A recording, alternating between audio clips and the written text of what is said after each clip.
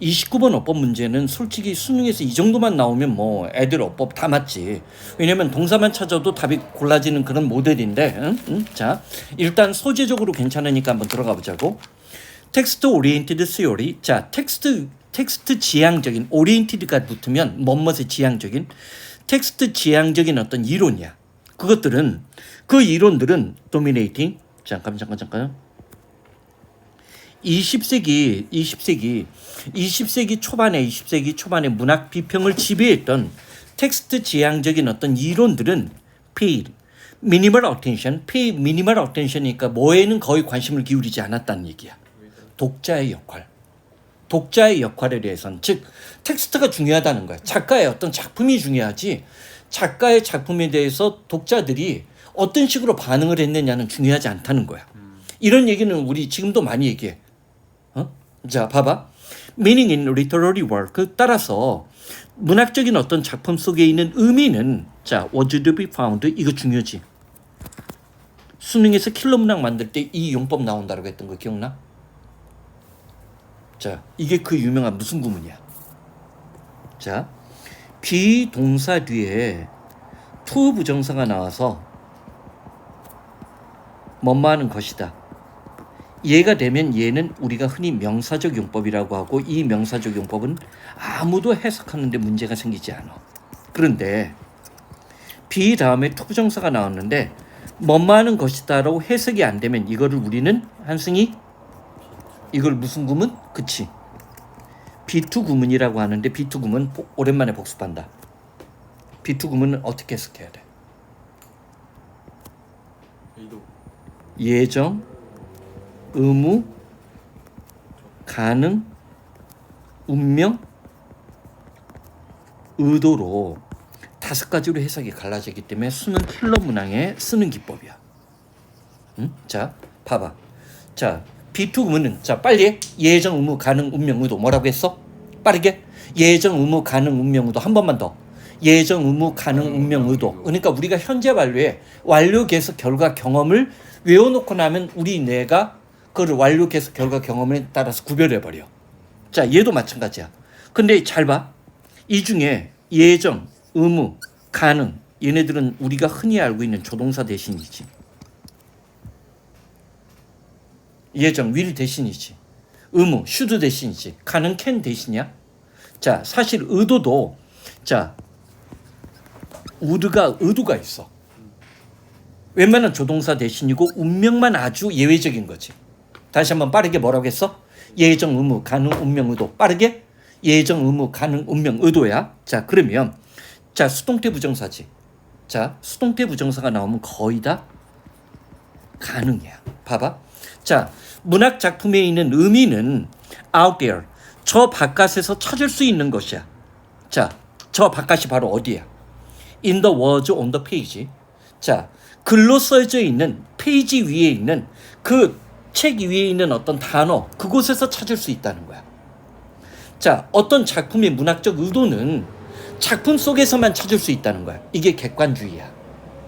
객관주의에 기반한 실증주의야. 선생님 무슨 말인지 알겠지? 이 표현을 이해해야 돼. Unlike earlier tradition, 그 이전의 전통과는 다르게 그 이전의 전통은 뭐였어? more humanistic, 좀 더 인간적이고 interactive approach literary text, 문학적인 어떤 작품에 대한 어떤 상호작용적인 어떤 접근 또는 인간적인 접근을 채택하고 있는 그 이전의 문학적 전통과는 다르게 1940년대 50년대 새롭게 등장한 이른바 신비평은 일반적으로 뭐를 자 주장하고 우기고 있는 거야? 오토노미 중요 단어. 설마 이게 자동이겠어 여기서? 오토메이션이 아니야? 오토메이션하고 오토노미는 달라? 오토메이션은 자동화야. 자율성이야. 이 단어 킬러야. 이 단어는 수능에서 킬러로 빈칸 읽기 보기로 나올 수 있는 단어야. 자, 그 이전에 인간적이고 자 문학 작품에 대한 어떤 상호작용적인 어떤 태도를 취향하고 있던 그 이전의 전통과는 다르게 1940년대 50년대 등장한 이른바 신비평은 대신 작품 그 자체가 갖고 있는 자율성을 강조하는 거야. 즉 이걸 흔히 소설가들이 뭐야? 소설가나 시인들은 내 손을 떠났다라고 표현하는 거야. 작가가 어떤 작품이나 시와 소설을 썼어? 그럼 이제는 더 이상 이 작품에 대해서 왈가왈부할 권한이 자 소설가에게 있어 없어? 없는 거야. 아까 우리가 앞에서 나왔던 자 예술 작품의 경우 예술가의 의도가 중요하다라는 거 그것과 상반된 소재지. 이해돼? 자 봐봐. 그 자체의 어떤 자율성을 중시하고 그것들은 오로지 자 그래서 그 작품은 이때 휘치의 선행사는 작품이야. 그 작품은 자 could be interpreted 해석되어질 수 있는데 오로지 뭐를 통해서 클로스 꼼꼼하고 체계적인 어떤 독서를 통해서 독해를 통해서 해석되어지고 아주 상세한 작품 분석이지. 너희들이 국어 시간에 맨날 하는 게 이 짓이야. 상세한 어떤 작품 분석에 의해서 해석되어질 수 있다고 신비평은 주장을 한 거야. 자 1번 수동태 부정사 나왔고 2번에 휘치가 자 계속적 용법에 워크를 꾸며주는 거지. 문법 문제 아무 문제 없어. 바이오그래피. 자, 이 바이오그래피가 뭐야? 전기. 그러면 어떤 우리가 이상의 날개라는 작품을 이해하는데 이상의 일생에 대해서 우리가 알 필요가 있어 없어? 이 관점에서 따지면 필요 없지. 예. 자, 전기라든지 자 이상이 어떤 성격을 지니고 있는지, 이상이 이혼은 왜 했고, 뭐 성격, 그 다음에 작가의 의도. 자 에즈웰 에즈가 보이는데 뭐뿐만 아니라 자 이상이 일제 시대를 살았고 자 히스토리컬 컨텍스트가 있고 문학적인 맥락이 있어. 이상이 그 당시 이제 일본 작가들이 어떤 영향을 받아가지고 상징주의의 영향을 받았다. 그런 것들, 그런 모든 것들은 matterless지.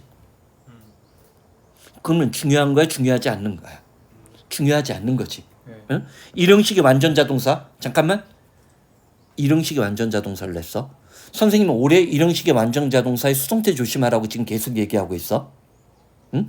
중요하지 않다는 거지. 뭐보다? internal consistency. consistency가 뭐야?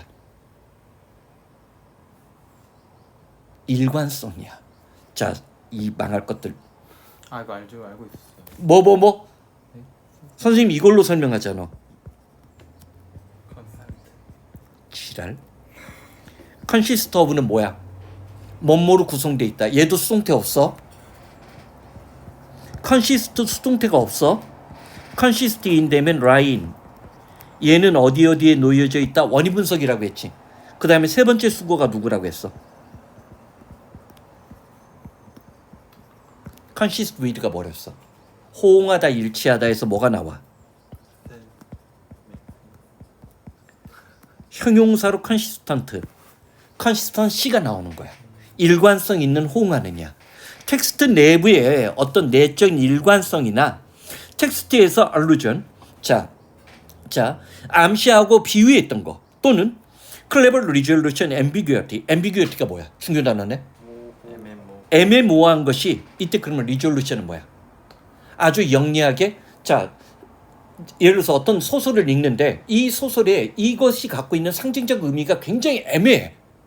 이거를 아주 텍스트 내적으로 명확하게 리졸루션 해결해 줘야 되는 거야. 무슨 말인지 알겠지? 주인공이 이런 표현을 했던 이유들을 내적으로 아주 자 명확하게 해명하는 거. 그런 것들보다 중요하지 않다는 얘기지. 그럼 거꾸로 얘기하면 인터널 컨시스턴시나 작품 내부에 있는 어떤 암시적인 요소들, 그 다음에 애매한 것들을 명확하게 설명하는 거, 이런 게 훨씬 더 중요하다는 얘기지. 텍스트 비평이니까. 자, 봐봐. 그래서 자, 테이킹 구문이 나오는데 이게 이제 문법 문제니까 테이킹부터 시작해서 other field. 이때 field가 무슨 뜻이야? 다른 분야겠지. 다른 분야에서의 어떤 실증주의자들이 어떤 성공에서 단서를 얻었기 때문에 이 시대의 어떤 문학적 비평들은 made, 멸형식 구조야. made, 멸형식 구조야. 리딩, 목적어, 시스테마틱, 목적보. 그래서 자 목적보가 형용사로 사용된 거지. 그렇지? 자 자, 다른 분야에서의 어떤 실증주의의 성공에서 단서를 얻었기 때문에 이 시대의 신비평, 이른바 신비평이라고 불리워지는 문학 비평들은 자, 책을 읽는 것을 좀 더 체계적인 것으로 만들어낸 거야. 어떻게 함으로써? 바이가 수단 방법이지. Most troublesome 무슨 뜻? 썸에 동그라미 쳐. 명사나 동사 뒤에 이렇게 썸이 붙었을 때 이 썸이 노리는 효과가 뭐야? 자,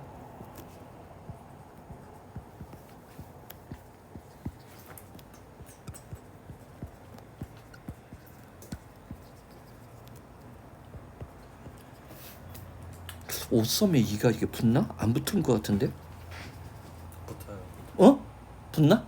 자, 이렇게 썸이 붙었어. 붙지. 뭐 나중에 확인하면 돼. 그런 것 같아요. 붙는 것 같아. 얘를 본 적이 없잖아 우리가. 네. 그치? 근데 반면에 오풀은 이가 탈락이 되지. 선생님 묻고 싶은 건 이 두 개가 같냐 다르냐야. 오썸하고 오풀하고. 오가 뭐야? 오가 명사로 경외심이야. 얘는 경외심에 가득 차냐? 오쌤은 능동적인 전미사야. 능동전미사야. 그러니까 바덜썸은 힘들게끔 만드는, 트러블썸은 어렵게끔 만드는, 오썸은 경외심을 불러일으키느냐. 오케이? 능동형 전미사야. 그거 챙겨놔야 돼. 자, 문제가 되는 요소들을 문학 작품의 어떤 과정 속에서 그러면 문학 작품 속에서 문학 작품을 해석하는 과정에서 가장 골치 아픈 요소인 누구를 제거한 거야? 독자를 제거한 거야. 독자의 반응을 제거함으로써 자, 텍스트 자체를 좀 더 체계적으로 접근하려고 했던 시도가 신비평이었다는 거지. 오케이? 자, 그 다음 문장. 5번으로 시작하는 문장에서 동사 찾아봐. 그럼 답이 보이지. 동사가 누구야? 동사가 누구야? 설마 5번으로 시작하는 문장에서 constitute 구성하다는 동사가 나왔지. 그러면 자, they insist는 삽입절 삽입구로 들어갔으니까 주어가 되려면 confuse야 confusing 동명사가 돼야 돼. 자, 어렸을 때 문제지. confuse A with B 구조지. 그 작품이 갖고 있는 어떤 심리적이고 감정적인 요소들랑 혼동하는 거. 잠깐만. 여기서 얘기하는 심리적, 감정적 요소가 뭐야? 작가의 반응이라든지 독자들의 반응이라든지 작가의 어떤 주관적인 어떤 심리 상태, 그런 어떤 심리적이고 정서적인 요소들을 작품과 혼동하는 것은 그들의 주장에 따르면 뭐를? affective fallacy라는 단어가 나왔어. 이 affective가 킬러지. 자, 예, effect는 영향, 효과, 결과 잡아주고, infect가 뭐라고 했어? 감염시키다지. 그리고 affect는 뭐야? affect는 영향을 끼치다가 있는데 요즘에 두 번째 뜻 뭐뭐 인치하다란 뜻이 나와. 인치하다란 뜻이 나와. 그 다음에 이제 선생님이 뭐 조심하라고 해? 꼭 affection. 얘가 뭐야? 애정이나 감정을 나타내는 거지. 그래서 여기서 뭐가 나오는 거야? affective 형용사가 나오는 거지. 감정적인, 정서적인이지. 오케이? 네. 이걸 잡아줘야 돼. 자, 동사 affect가 요즘에 뭐뭐 인치하다는 뜻 나오고 있어. 자, 그러면 자, 그런 것들. 자, 봐봐. 그들의 주장에 따르면, 신비평의 주장에 따르면 작품이 끼치고 있는 어떤 심리적이고 정서적인 영향력과 혼동하는 것들이 바로 정서적인 오류를 만들어내고 있는데, 그 정서적 오류는 result in 어떤 결과를 초래해? distorting relativism. 이게 뭐야? relativism. 상대주의지. 왜곡된 어떤 상대주의를 초래하거나 신뢰할 수 없는 subjectivism은 뭐겠어? 주관주의겠지. 주관주의를 어떤 초래하는 결과를 초래하고 있기 때문에 객관성을 확보하려는 자, 텍스트 자체에만 충실할 것을 요구하는 자, 신비평, 실증주의적인 접근에 관한 얘기지. 소재적으로 알아두면 나쁘지는 않을 것 같아. 오케이? 오늘은 일단 여기까지.